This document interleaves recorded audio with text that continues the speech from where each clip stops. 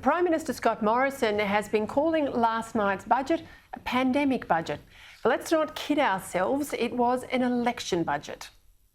You look at this and you could run to an election on this. There are no cuts in this. People who focus on politics will do that.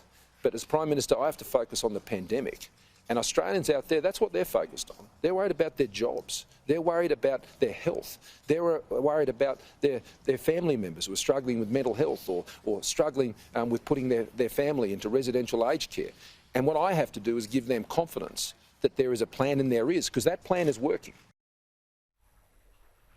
It's an election budget, all right, and none of us should be surprised by the fact that it has all the hallmarks and language of an election campaign written all the way through it. Indeed, I'd be critical if any Liberal leader failed to have his eye on the looming poll, because, after all, his job is to deliver a budget for all Australians built on Liberal values, sure, but also to win elections. This time in the cycle, you can and should expect elections to creep into budgets. So I'm not going to join the raft of critics out there today taking on the PM about what the budget looks like from a PR sense. But what I want to pick up on is whether this is a budget that's purely political, a budget for today, not a budget for tomorrow, and whether there's been any shift away from the fundamental fiscal values of the centre-right, of the Howard and Abbott governments, by a PM who doesn't really belong to any tribe. Indeed, he'll tell you he's from the tribe of the pragmatic. Some might say opportunistic, but you be the judge. With this election certain now, before next May, when we'll see the next budget, last night was the government's chance to use the pandemic as cover for a budget that stole Labor's big spending clothes. And if you look at the red ink today, you've got to say there's not a stitch of clothing left in Labor's spending wardrobe. With a decade of deficits and net debt set to smash through the $1 trillion mark in just 4 years' time, this budget is proof that the current coalition government might call itself Liberal, but it operates without any great ideological bent. Peta Credlin and Joe Hockey, the last Liberal treasurers to have attempted budget repair and structural economic reform, would never have spent like this. But Josh Frydenberg would, of course, counter they never needed to either. He says the pandemic changes everything. Now, I'm not so sure. It changes a lot. But fundamentals like living within your means and having a plan to eventually pay back what you borrow is called a Liberal fundamental for a reason. It's not a fad, it doesn't change with the season, and it's meant to apply in both good times and bad. To be a budget for the long term, out of this one, we really needed a plan to return the budget to surplus and a plan to return the economy to normal. Josh Frydenberg certainly referred often enough last night to the government's plan, but the plan turned out to be one for more and more spending, all on the assumption that, there was turbocharging spending would happen and there'd be a chance for the budget to get back to a clear path, at least, to balance. If it really was all this simple, more and more spending equaling jobs and more spending equaling revenue, then getting back to deficit should happen almost by magic. And it doesn't work like that, and it's nowhere in sight until the next decade. Maybe given the level of household debt in this country, Australians, they don't care what their governments borrow anymore. They don't care that they're borrowing heavily from overseas. Maybe they don't.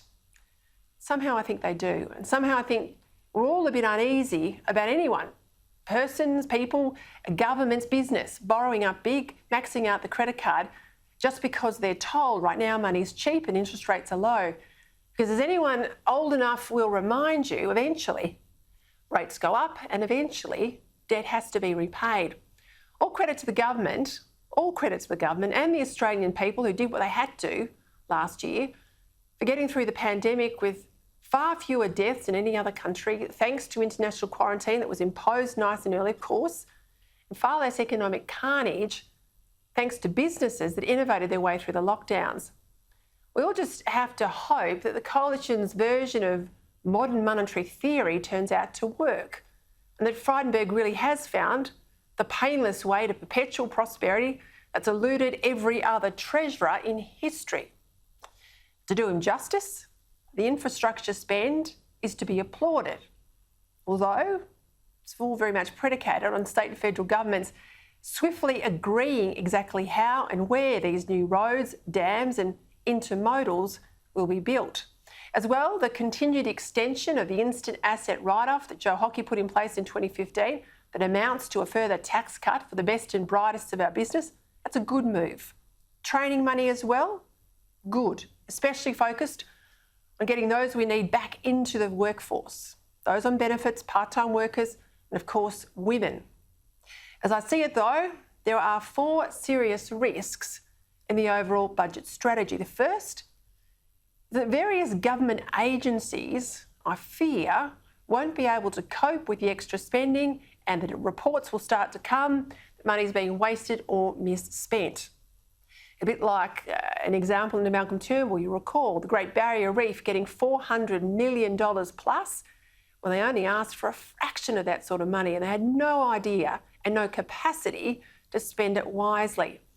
The ability of government to manage implementation and the private sector to consume all of these billions is critical. And I'm not sure that there's been enough thought going into this. The second is that the assumptions on which the budget forecasts are based, that there will be no more state border closures or serious COVID outbreaks or lockdowns, well, all of this makes the budget come unstuck if we've got panicky premiers and incompetent hotel quarantine. Has that changed? I'm not so sure, so that's a real risk. The third is that interest rates rise much more quickly than the government thinks. At 6% interest rates, and that's more likely normal compared to the 2% we're paying now, servicing all of this extra debt will cost Australian taxpayers an extra $40 billion a year in interest alone, or more than the entire defence budget. And almost nothing would leave a sour taste in the national mood, would it? Than mass mortgage foreclosures if home buyers suddenly find repayments beyond their reach.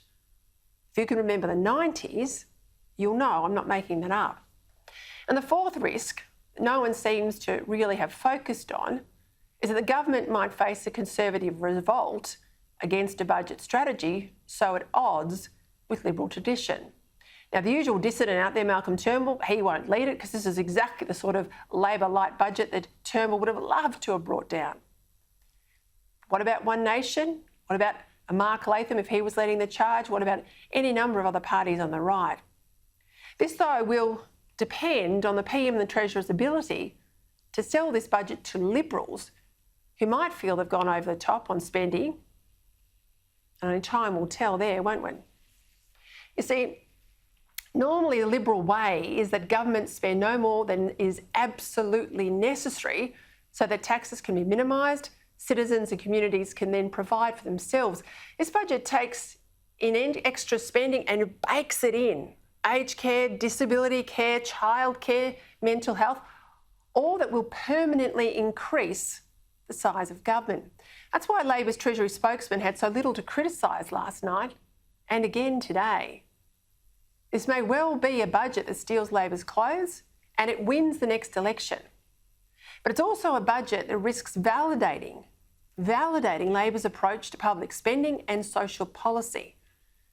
In the short term, though, the government will expect a bounce in the polls and that the economy will continue to pick up, which means the day of reckoning is likely put off until after the next election, which the government has now bet the house on, your taxpayer house, on winning.